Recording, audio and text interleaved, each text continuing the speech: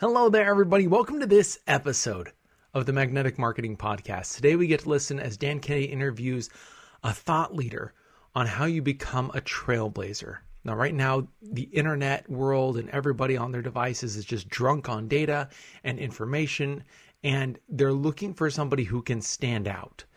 They're looking for a leader. They're hungry for it. How do you become the person that stands out? What are the key traits that you need? What are those things that are going to make sure that you not only stand out, but you stay around for a long time? And what types of marketing should you be really leaning into? Today, Dan Kennedy interviews Tony Wroblewski, author of Trailblazers, Leadership Lessons from 12 Thought Leaders Who Beat the Odds and Influenced Millions. Now, there are gold nuggets all the way through this interview with Dan and Tony, so make sure you lean in and pay attention, especially if you're looking for a way to be able to break out as a leader in your marketplace. I don't think there's anybody that has had a bigger impact in the field of direct response than Dan Kennedy. The legend of Dan Kennedy should be ignored at your own peril. They're not really lessons, they're kind of laws that you live by. Dan opened my eyes to what small business marketing looks like. Dan teaches strategic direct response that is timeless. His ripple effect touches people who don't even know his name. The world as we know it was changed because Dan Kennedy became obsessed with marketing. Welcome to the Magnetic Marketing Podcast with your host, Dan Kennedy. Good afternoon, everybody. Welcome to Diamond Call. I have with me today longtime friend and colleague, Tony Wroblewski, and amongst other things, the newest book in his Mind Capture series is out or coming out or has been out or is out and it's going to be out again, some combination of those things. It is Leadership Lessons from 10 Trailblazers Who Beat the Odds and Influenced Millions. This particular book includes in-depth interviews with a rather eclectic bunch of people he classifies as trailblazers. That includes Dave Linegar, the co-founder of Remax. I think the largest real estate franchise organization in the world, in which I've had a long-time client, Craig Proctor, who many of you know. John Stossel, host of the Stossel Show on Fox TV, which is one of the best shows on television, in my opinion. The head coach of the NHL Buffalo Sabres, a hockey team, as if anybody cared about hockey, but at least it's not soccer. And Buffalo, of course, is that's our motto in Cleveland is, hey, at least it's not Buffalo. And another friend of mine, New York Times best-selling author Sally Hogshead, and the sales business permission marketing guy with the blog. You probably all know Seth Godin and others. So, Tony, it sounds like you did an enormous amount of work putting that book together, and I'm sure everybody's going to want to get into it, particularly after we have our conversation. So I really want to talk about two things with you today before we open phone lines a little bit later. One is the whole Trailblazer leadership thing, and the other is looping all the way back to mind capture in a crowded and cluttered marketplace, something we all deal with. Mm-hmm. So let's start with the book. Other than for money and self-promotion, the reasons we all do books. I assume you have a third reason why you picked this particular type of book and book to do and picked these people. And so why don't we start there? Well, Dan, thank you again for having me on. And in your description to set this up was very correct. It's an eclectic group. And, I think a third reason, Dan, is simply that the market is hungry for leadership. And I know being around Planet Dan for 20 years now, I bought Magnetic Marketing back in 96 or 97. You said find a starving, find that audience and magnetically pull them to you. And leadership right now is never in short supply as far as people wanting to know how to study, assimilate it, Jim Collins chronicled it. There's a Stephen Covey 7 Habits of Highly Effective People, but I wanted to bring a 21st century digital ADD world, as I call it, perspective on it with what I call trailblazers. So that's my way of unique languaging in the term leadership and interchanging it with trailblazer, which is simply definition, one that blazes a trail, or an innovative leader in a field, a pioneer. So I want to look at it more from, as you would describe, the renegade millionaire perspective, Dan, which I was around many years ago when you first rolled that, and it was brilliant. So I'm not doing anything per se new. It's a new wrapper on something that people enjoy. It's how do you lead? How do you stand out, get mind capture, as you would say, become a renegade millionaire in an age where no BS is not welcome, Dan. Most people don't like the truth. If you go back to the scene from Jack Nicholson in A Few Good Men, they can't handle the truth. However, there is a unique audience that wants the truth and will pay for the truth, and they want people like you and I to come in there and say, look, what can we do differently in an age where everything is so also politically correct? So how's that for starters? Well, it's a very interesting thing, and you and I are both watching Trump closely. And you might judge by that there's a 35% of the electorate market for the truth. The old, it's been attributed to Barnum. I don't think Barnum actually said it, but somebody made the point that there's a very small market in America for the truth.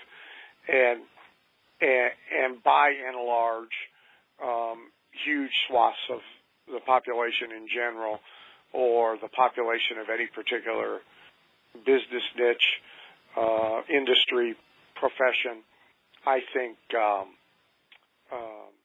prefer not being really confronted with reality, particularly harsh reality, and really challenged.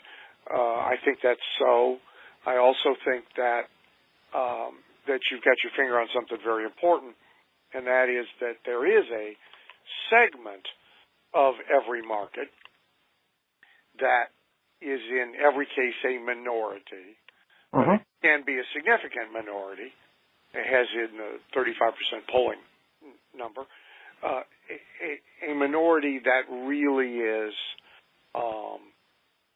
hungry for the arrival of a truth teller and for encouragement perhaps to be one themselves, and that often money is made by high resonance with a relatively small number rather than broad and universal acceptance by a very big number. It's certainly the strategy I used many, many, many moons ago, marketing to the members of the National Speakers Association, with whom you are familiar. High resonance with a relatively small percentage rather than broad and universal acceptance by a big number. And from a marketing standpoint, I think that's important. But we'll stay on leadership for just a second. So, one, of all the people you did interview, who'd you get that you thought you wouldn't be able to get? Who'd you try to get that you couldn't get? And what's the most surprising thing you found? Okay, that is a great question. I've never been asked that, Dan. The hardest interview to get was, I believe, Brian Tracy, because I got him at the wrong time. I know, Brian, I tried at the wrong timing because I caught him when he was in the middle of traveling, and I got busy, and then he went through a different publicist, but then he had a book come out, and then I got him a couple years later. So it was just a matter of timing. And what I've learned, like Trailblazers that are in the book, you've read the book, Dan, is you have to be persistent. So I circled back a couple times, and I finally got him in the right window. But it challenged me because I know a lot of my peers that could get Brian on the phone pretty easy. Yeah. But I thought, okay, don't take it personal, move on. I would say the most surprising interview was Stossel from Fox Television, because I thought he would have much more gatekeepers, higher access. He'd do a lot more credential search on me and background on me.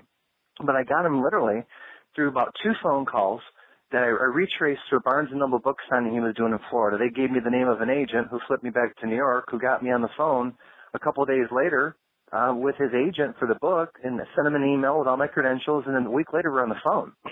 I was shocked. Initially, I thought it'd be much harder. Stossel has, in the ballpark, Dan, about a 10 million view audience per week on television. That is huge, as Trump would say. Let's throw the topic of Donald Trump. And you think that the hammers he would have would be much more difficult. But I'm a big believer you don't get unless you ask.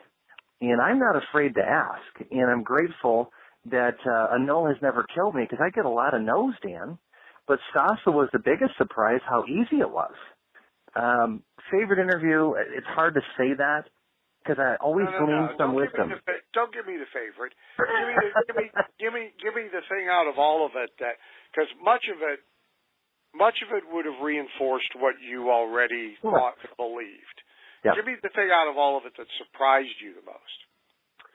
I would say W.M. Paul Young. I coined him as a spiritual trailblazer, and he was one that very at last minute made the edit for the first version of this book. And the reason is he's much more about spirituality. I'm not afraid to go there, but I know that some business groups can get teed off with that topic. But I put him in for this reason. The guy was a long shot, a dark horse, as you would say in racing, that writes this book purely for his kids and a few close friends. He's dead broke. He has no money. And in the interview, which we include all the full audios at the end of each chapter of the book, he describes how he's shocked the book went on to do 15 million copies several years later. That's a monstrous amount of book sales. Again, he's a fiction writer, but the book is about God, and it's a reinterpretation which literally ticked a lot of Christian groups off because he had a re-examination of the faith. And the story is gripping. It grabbed a lot of people from celebrities to Main Street America that loved the book. And I sent him an email, Dan, and it took months to hear back. And then he responds basically, hey, I get several thousand emails a week. Yours seem to get my attention. Let's do the interview. I was floored because, again, it was one of those, hey, you never know until you ask, similar to Stossel. But he took many months to get back to me. And I think, if anything, his story is a great example for all of us on this call about never giving up, and sometimes doors open when you least expect it. And literally, someone slipped him a $100 bill under the, his where they were living at the time, like the side of a grocery store. Him and his wife and like 6 kids, Dan. You can't make this up.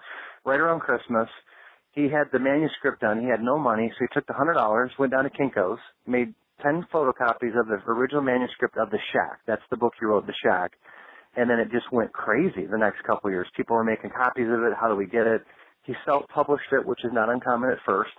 Then they got picked up by a major book publisher. Then it sold millions and millions. But I think what's unique was how humble he was, but yet the story resonated at such a deep human nature level that it went crazy, and it just took off and gathered a life that he even couldn't see of its own, 15 million copies later.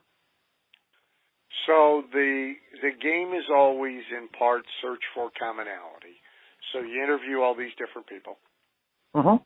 And different backgrounds, different personalities, undoubtedly different perspectives on leadership, but are there one or two pretty universal commonalities that they all share, exhibit, rely on? Well, there's 7 of them that I determined in the book, but I'll give the Diamond members 2 distinct ones. The second is persistence out of the 7. You've talked about it for years and years, and here's why, Dan. You have to have it. I actually pulled a quote this morning that I put up on Facebook that you wrote many years ago, and here it is from your mouth. How you deal with failure determines whether or not you ever get the opportunity to deal with success. That was spot on. It's a core part of the entrepreneurial DNA or the renegade millionaire, is you have to know that the road to yes is paved with lots of no's. You get smarter, you get more strategic, you get more of a Rolodex as you play the game longer, but there are still no's that I get that shock me, Dan. And then there are still some surprise yeses like the John Stossels in the book, Dave Linegar, from Remax agreeing to do the 4, but every one of them, if you look at the commonality, I'm like a detective, is what do they all share? And that persistence has got to be there. And everyone on the call that are probably almost all business owners or high-level C execs in your Diamond Group, Dan, they have had to really move forward. And, another trait of the 7 is you've got to really focus on your strength. Okay, I started as a newbie 20 years ago in marketing. Thank God I came across you at a Peter Lowe event because I was doing bloody, hand-to-hand combat, door-to-door cold calling. And I thought, there's got to be a better way at this. So your system, to me, was like this huge epiphany that, okay, I'm okay to ask. I'm not afraid. I like people. But my strength is got to be more fine-tuned on getting to better people once I, versus cold calling. So my strength is dealing with people. And I had to find a better way to get to more of them. And to me, magnetic marketing, the no BS system that you trained and perfected was a shortcut. So why in the world would I not focus on my strength with someone that was similar, that had already been down the paths? And Dan, you and I are, Midwesterners at heart. We work like mules, man. We may not be the smartest, but we'll out-hustle you. And that was something that drew me to you in my 20s. I'm in my early 40s now, was this guy, I could relate to Dan. Door to door and having crazy stuff happen and being bloody persistent and not the best looking or the most smartest, but I will work until the midnight hour to win. So the Trailblazers, a lot of the book is, I'm in the reminding business, Dan. Almost everyone in Diamond will know most of these people, many of the 7 characteristics they already exhibit, but that reminding business that you and I are in, Dan, is to let them know amongst all this age of digital advertising and social media, and I call it shininess, that if you strip it down to some core commonalities and you work on those, when you utilize them in tandem, you can have much more reach, power, and influence in the marketplace if you go back to your core disciplines of what made you successful. There's a link between those 2 points, and that is perseverance about just finding the better way. Mm-hmm. There's pretty much like anybody then and anybody now in selling who has been taught and is using the hunt, capture, and beat to death, then walking away with the wallet model. Cold prospect, anybody with a pulse counts, just go out there and hunt, and finally get your hands on somebody who will pay attention to you, and then beat them to death and take their money. Anybody who has ever been taught and lived that model has been walking around with, is walking around with the exact same conclusion you arrived at, right? Which is there just has to be a better way than this. Mm-hmm. But the overwhelming majority of people do not persevere at all in finding the better way. They are repeating their first year of experience 22 times, 22 years later. The speakers were doing it. Chiropractors, when I started working with them, were doing it. I mean, salespeople do it. You just see it over and over and over again where, well, why are you doing it this way? Well, because that's the way it's done. Well, what do you think about that? Well, I sure wish there was a better way. Well, how many hours, how many flights have you taken? How many people have you hunted down to talk to? How much trouble have you gone to try and find the better way? Well, not much, Mike Vance used to tell this great story about, I believe it was Marriott, but that might be unfair because I don't remember, but some big dumb company. And he's visiting with the CEO, and he says, what's your most vexing, like your worst problem, your biggest challenge in this business? And the CEO answered, and Mike said, well, who's working on it, and how are they doing? And the CEO says, we don't have anybody working on it. Well, why not? Well, because it can't be solved. And so they're off working on, other things. And so, the 2 points you made when you were them together, it really is about anytime you say to yourself in any environment, Jesus, there has to be a better way to do this than this. You're right, probably. But it may take some perseverance to find it, and make it happen. Well, Dan, you're exactly right. And you look at one of the other interviews that is probably the most, I would say, name-branded person or trailblazer in the book was John Stossel. Stossel, when I was a kid growing up and in college, was on ABC with Barbara Walters and Peter Jennings in 2020 with ABC. Now, that used to be 50 to 60 million viewers. That was like dominance when there was just a few options. But the interesting in the interview with Stossel was how he said, look, I'd walk down the aisleway and Peter Jennings would turn away like with disgust. Because Stossel opened his mind to become a libertarian in a very liberal newsroom of ABC, which everybody knows is far left. So he was the trailblazer for almost 20 years that was despised by his own peers. And he revealed the interview with me, and again, people can hear the full interview, that Barbara Walters actually felt bad for him, kind of liked him. And I think what's also interesting is a lot of these trailblazers have learned to deal with their fear and move through it. Stossel, Dan, you can relate to this, has a major challenge with stuttering. Yep. And he says, Tony, there were times I would be deadly afraid on live television to stutter. And he had to block that out of his mind not to have that happen in front of 40 million people. That's intense pressure. That's where you know if you're really driven to commit. And I think everyone on this call knows, that Sunday night insomnia, that key employee that steals from you, that wife that after 20 years you think is your best friend turns into the devil and leaves you. That's when the rubber meets the road. That's what I want to know from these trailblazers is how did you push through when the chips were down, when you went from the top of the mountain to the bottom? Dan Bilesman in the book was the head coach of the Pittsburgh Penguins. He won the Stanley Cup as a rookie head coach in 2009. 3 years later, he's bounced. Professional head coaching positions are the toughest, I believe, in the world because of the media. So he went from king of the hill, celebrated in Pittsburgh, to unemployed. Now he took over Buffalo, who we were talking about, before the interview started. He's got a lot of rebuilding to do. However, trailblazers don't stay down for long. Folks on this call have faced intense setback. That's what I want to learn from. That's what I want to go out and teach and share with the world is, hey, we've got millions of people that have great ideas walking around, but they don't believe or they've been told no by someone close to them or someone they work with. I want them to have the permission, the balls, the kahunas to say, what, damn, I'm going to try this again. I've got a new way of looking at it. I have a new boss. We have a new CEO. We have new leadership. I'm going to try this idea, and damn it, we need it. So I'm giving people permission to go on the offense, to get inspired. You can't motivate people, but you can get them maybe to think a little differently.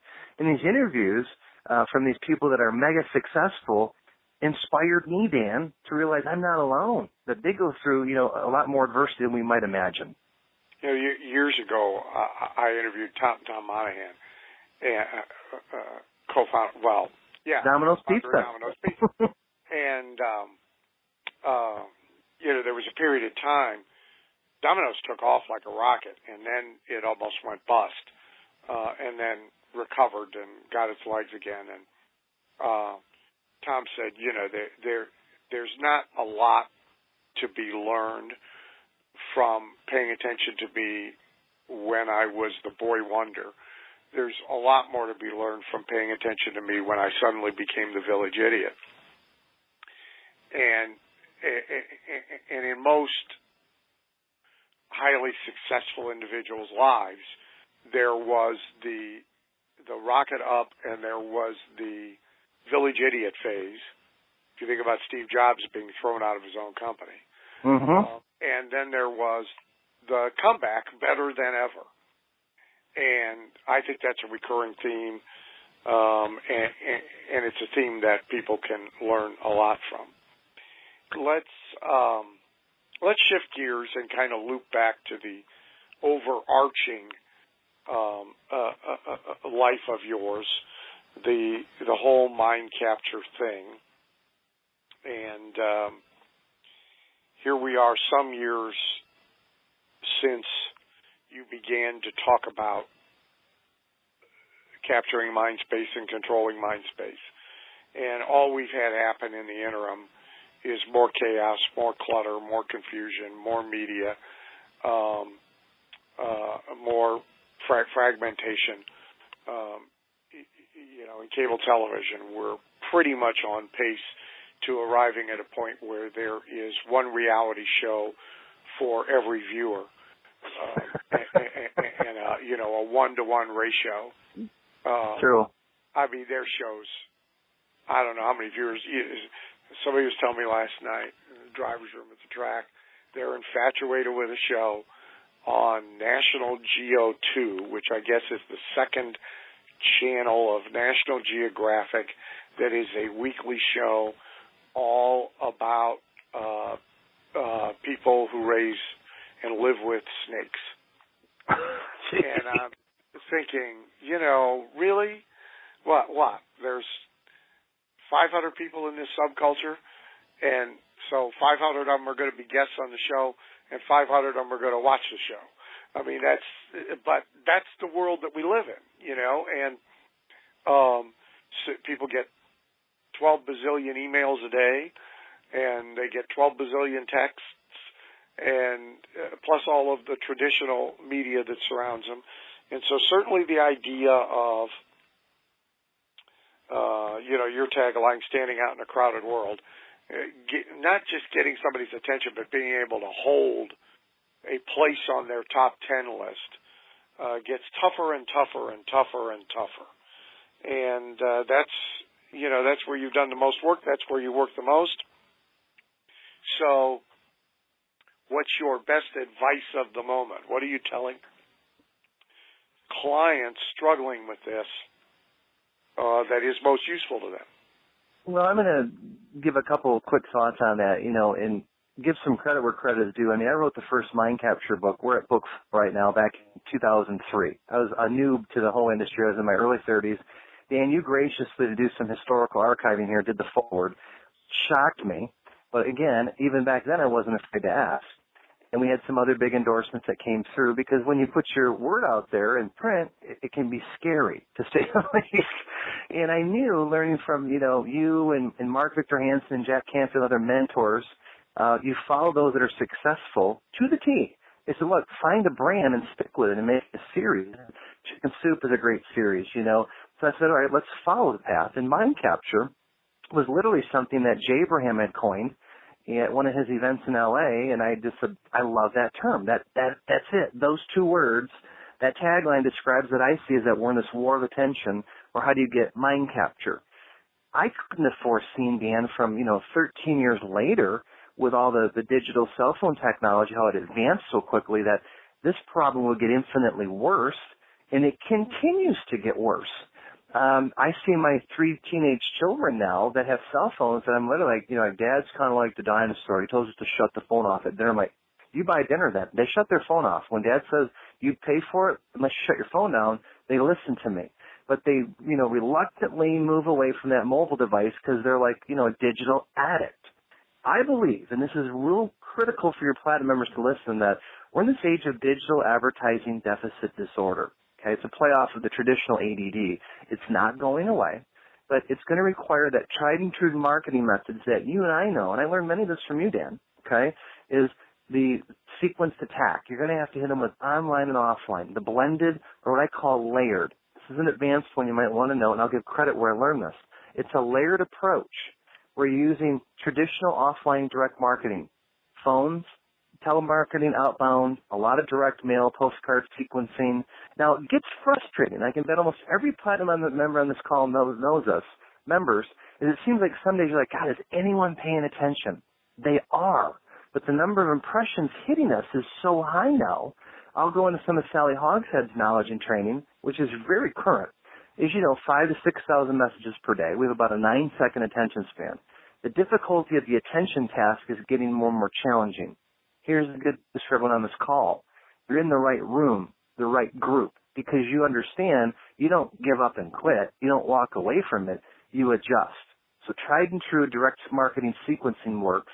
You add in the new tools of influence or try to capture. You are far, far ahead of those that are, especially, Dan, only doing digital. Okay? You said something a few years ago at a seminar I was in. I almost laughed and fell out of my chair.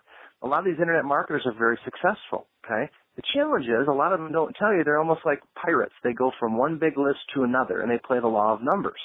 They have huge numbers, so low response rate, they make a fortune. Okay, what about refund rate? What about those people coming back again? What's the deliverable? I want a lifetime relationship with my client. Something I learned as a noob from you, Dan, and some of the mentors you were around is, I've got folks that have been with me for 20 years. I've been in Planet Dan for 20 years. I'm in California right now. We flew in last night for vacation. It's like Hotel Danifornia. You can check in, but you can never leave. Seriously, Dan. So I model the best. Thank God I got around you in my 20s. You and Jay Abraham and some other mentors, Ben Gay III, and, other various mentors from the bookshelf. Because I wasn't raised like this, Dan. I was very middle class, GM, family, blue collar. I was the rebel that broke away and won this business. that lean more conservative, that wanted to build something versus wait for something. So say all that because the attention problem is going to get more and more challenging. You need other compadres or diamond members or people in your herd that think like you, absolutely, because the rest of the marketplace thinks you're crazy doing 3-step mailers. But I get the best return on using lumpy mail grabbers with CEOs still today, Dan. I had a CEO of a company call me 2 weeks ago. Yeah, I'm laughing about the broken record you sent me. The pieces of an album. He goes, our whole team was laughing. Hey, we were busy. I know you tried to reach me, but the grabber grabbed the CEO, and he's a shiny Gen Xer in his early 30s. So the ones that say, well, direct mail doesn't work, they still respond to it if it's done effectively. You know, the whole is the landscape itself is the very front end challenge of getting somebody to pay attention to you and raise their hand one way or another. As that gets uglier and uglier and messier and more democratized, it is what you do with that person after they raise that hand to separate them from all that and give yourself an opportunity to talk to them one-on-one. It's just so important. I had a call this morning with a client, and so this is a very current case history. When he's marketing through preview seminars, free or very low cost, multi-hour seminars, and his closing rate to appointment in the seminar went from a tick below 50% to a tick above 80% by doing one simple thing. And I'll preface it by saying the result is never universal. It's why you test. Correct.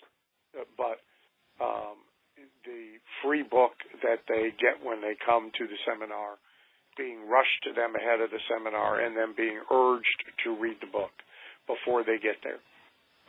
Close to appointment from 50% to 80%.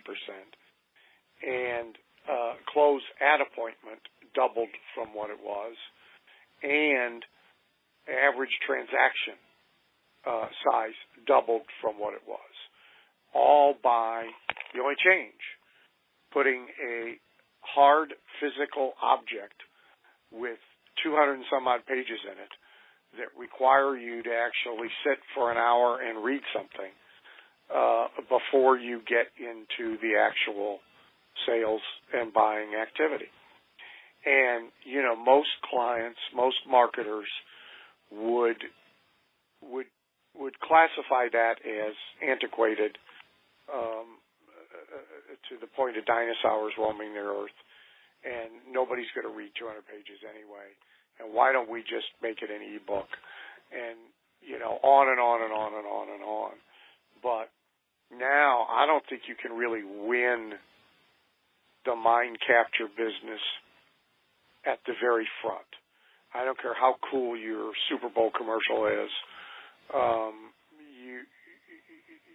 You lose the attention as fast as you got it, and most people don't remember the product that was advertised, et cetera, et cetera. You got to win this battle once you have your hands on a lead, and then what you do with them once you have them.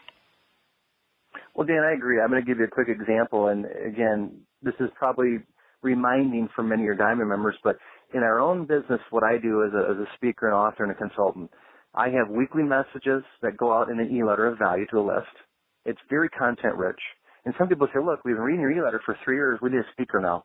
But I didn't realize they were reading it that closely and sharing it at their sales meeting for 3 years. I do daily updates, you know, on Facebook and social media, multiple pages with our team. We also have a monthly CD. We do webinars. We do publishing. I do a couple of small events per year. I speak on the road a lot. There's a lot of movement, a lot of moving pieces that people can dive in and out of. Some are more responsive to other forms of media than others.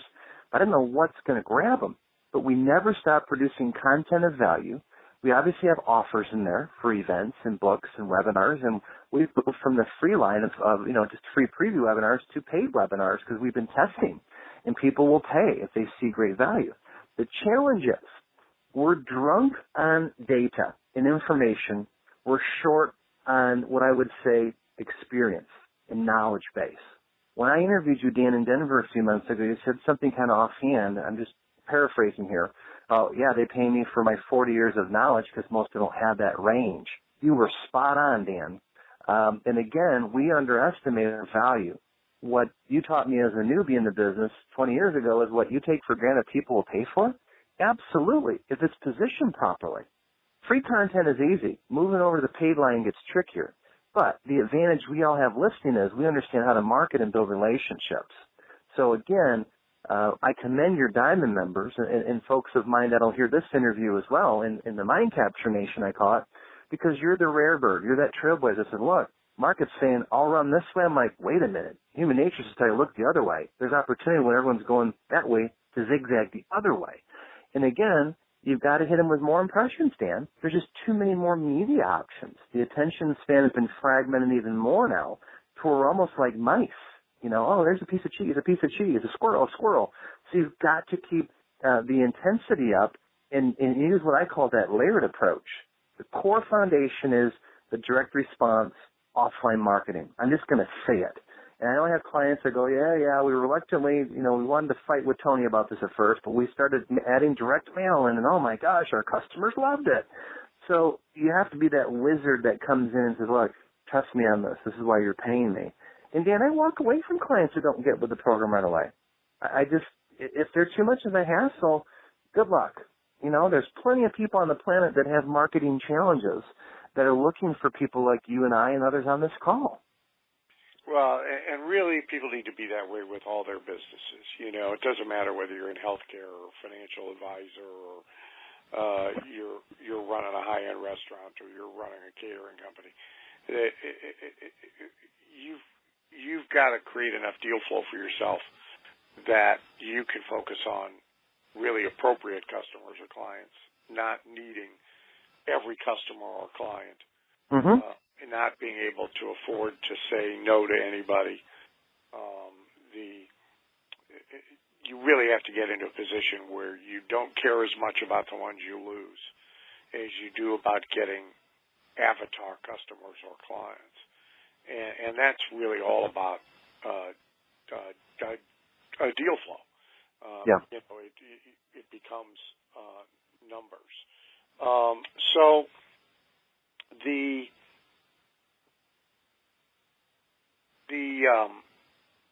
sales thing itself, you are still, and I'm going to ask you about everybody you interviewed for the book. So you are still, at some point, making a one-on-one sale to a client. Correct. For your business. You are still having a phone conversation to get the interview you want. You are still standing on stage and making a sale. I'm in the same boat. My most successful clients, from $2 million a year to $40 million a year businesses, their owners are using media extensively, and yet at some point humans are on the phone, face-to-face, on stage, one way or another. They are closing sales in a diverse variety of businesses, not the business you or I are in, but in healthcare, in financial services, in travel, et cetera, et cetera, et cetera. So Dan, you said something very profound. Absolutely, yes. I do a lot of work with some major John Deere dealerships throughout the U.S., okay, and it's a vertical market that is really seeing what I do. Is like the wizard coming in, they're implementing, number one, but two, they know they need to change. I remember training a group of sales reps about 4 weeks ago near Houston, a little town called El Campo, Texas, about 25 seasoned John Deere sales reps. I said, look, here's the good news, guys. I know everyone's scared about the internet. We can't ignore social media and websites. Farmers now have cell phones. But they're still going to want to come to a dealership here in South Texas and negotiate for combines. That's where the human element, eyeball to eyeball, comes in. That's where I need you to be a master closer, to ask the right questions, to anticipate if they're bluffing you. A lot of what I do is sales training, Dan, because if you get good at selling, you can transfer that to print, to digital, to whatnot, okay? And they looked at me like, wow, that's right. They still need a human to buy a $3 million set of combines for their farms. So that's not going to disappear.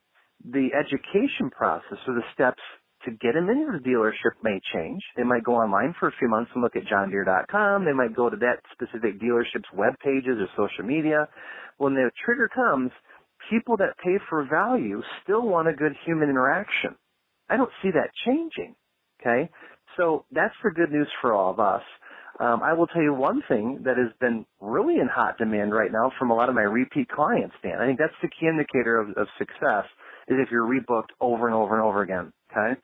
I'm seeing a lot more soft skills sales training being requested. And in addition, customer service training. I think that is the next marketing battle. I'm going to throw it out here a little bit, a preview of my 5th book about customer service. We're in the final age of where everything's becoming commoditized, or as you would say, Amazon effect, Dan. Now, the last differentiator, I believe, besides good marketing, is great service.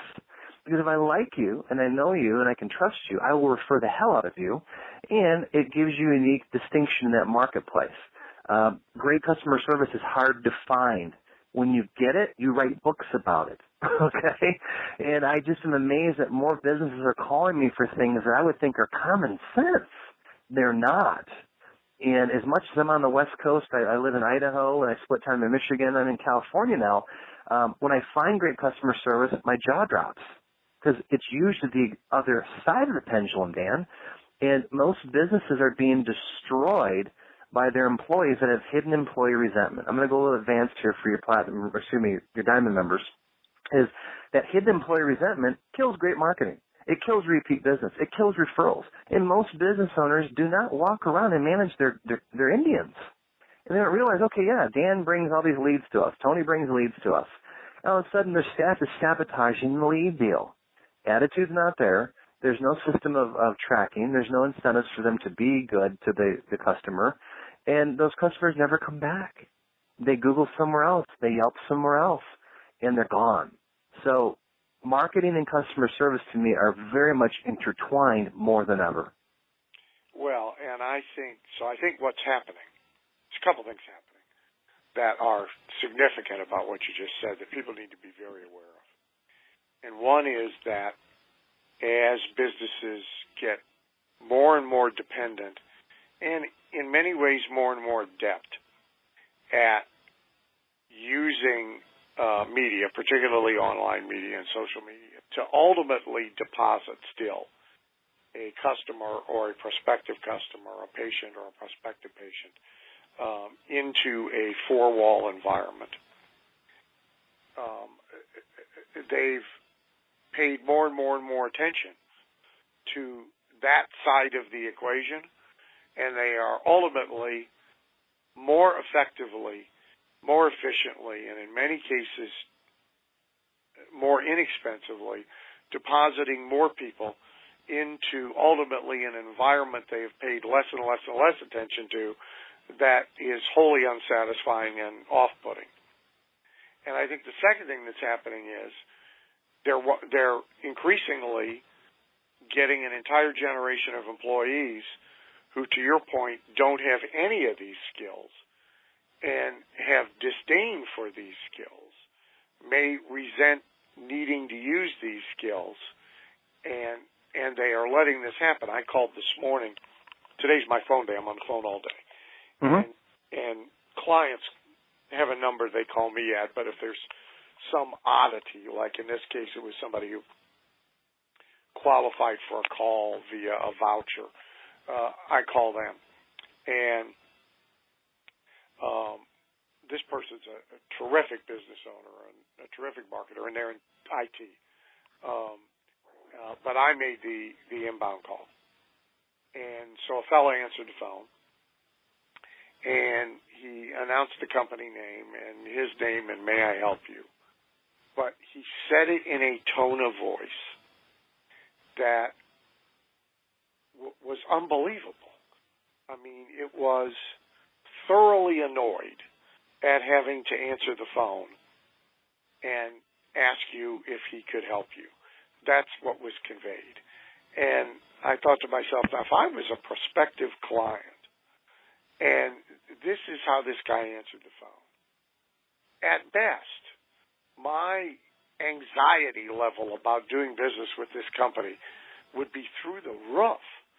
Because, if they're not even happy about taking the inbound call, not knowing what the call is, how happy are they going to be when I actually need something? Yeah. Dan, I want to... This is going on everywhere. Yeah. I mean, it's going on everywhere. I want to build off something. I'm going to share this because you've helped me in so many ways. There's not a day that goes by, and this is serious. You ask my coaching members, Dan would say this, or Dan Kennedy taught me this. So I'm very liberal about giving credit where credit is due. To give you some real-time data, something that I've done as an experiment last year, a client demanded it. They were open-minded, they paid me well, and they worked out around the timeline I gave them. So it was a dream client, okay? They said, all right, to make the deal go, we want you to mystery shop, though. We want you to go to a few of our locations and also do some telephone ordering of parts. So I did it. It wasn't too much extra, and they paid me well, and it fit into the scope of work, okay? We learned so much. What's that? Painful, wasn't it? Oh, my God. The things we learned, the ownership group, this was in the agricultural space because of confidentiality. I'm not going to name them, but they're in the John Deere world, okay? They were floored. They had sensed it, the ownership team, several families that merged this company over a period of 30 years. They were like, wow, Dan, there are literally millions of dollars per month going in on a business that they're not even tracking. They're not even doing any logical upselling to. I call it consultative approach.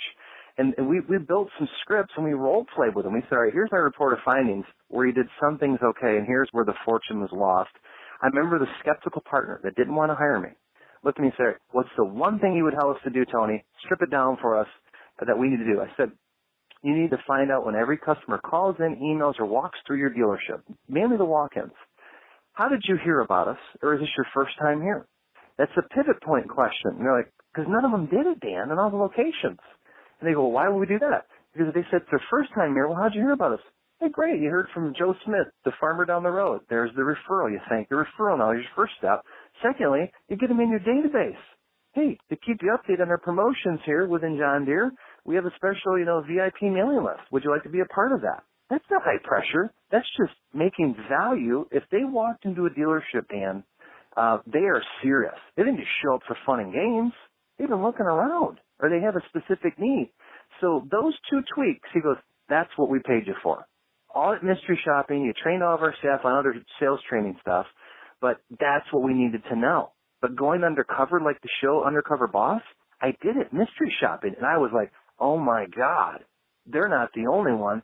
So many businesses, and you said it, Dan, the bigger they get, I believe that the dumber they get because they can't scale. And then it becomes all these errors start to occur because humans aren't trained properly and there's no system to measure. Right. I mean, the gap between what people think is going on in their businesses and what's really going on in their business is generally huge. Mm-hmm. You're right. And you're right. It does get bigger the bigger the company gets. It's one thing if you got 6 telemarketers and you're trying to keep track of what they're saying, but when you get 60 and you have 10 managers and you have 6 managers over the 10 managers, pretty soon you haven't got a clue what's going on.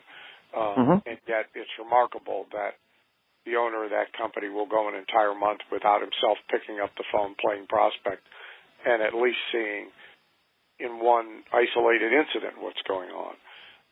So, the fallacy of marketing, I mean, the place, marketing ultimately, no matter how good it is, and no matter how good somebody gets at manipulating media and using social media and all of that, at some point in time it actually deposits a customer into human hands and often into a physical environment and often into a sales or service situation.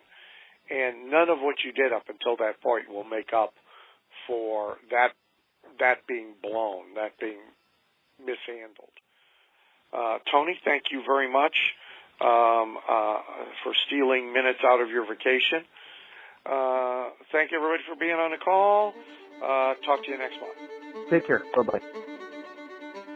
Thank you for listening to the Magnetic Marketing Podcast with Dan Kennedy. If you love hearing in on these lost Dan Kennedy talks and speeches and calls, then please let someone else know about this podcast. That's how you can help it to grow. And the more it grows, the more free Dan Kennedy we can bring to you. Also, Dan would love to give you the most incredible free gift ever, designed to help you make maximum money in minimum time. Now, this free gift comes with almost $20,000 in pure money-making information for free just for saying maybe. You can get this gift from Dan right now at nobsletter.com. Not only do we get the $20,000 gift, you're also going to get a subscription to 2 marketing newsletters that will be hand-delivered by the mailman to your mailbox each and every month. One from Dan Kennedy and one from me, Russell Brunson. To get this gift and your subscription, go to nobsletter.com right now.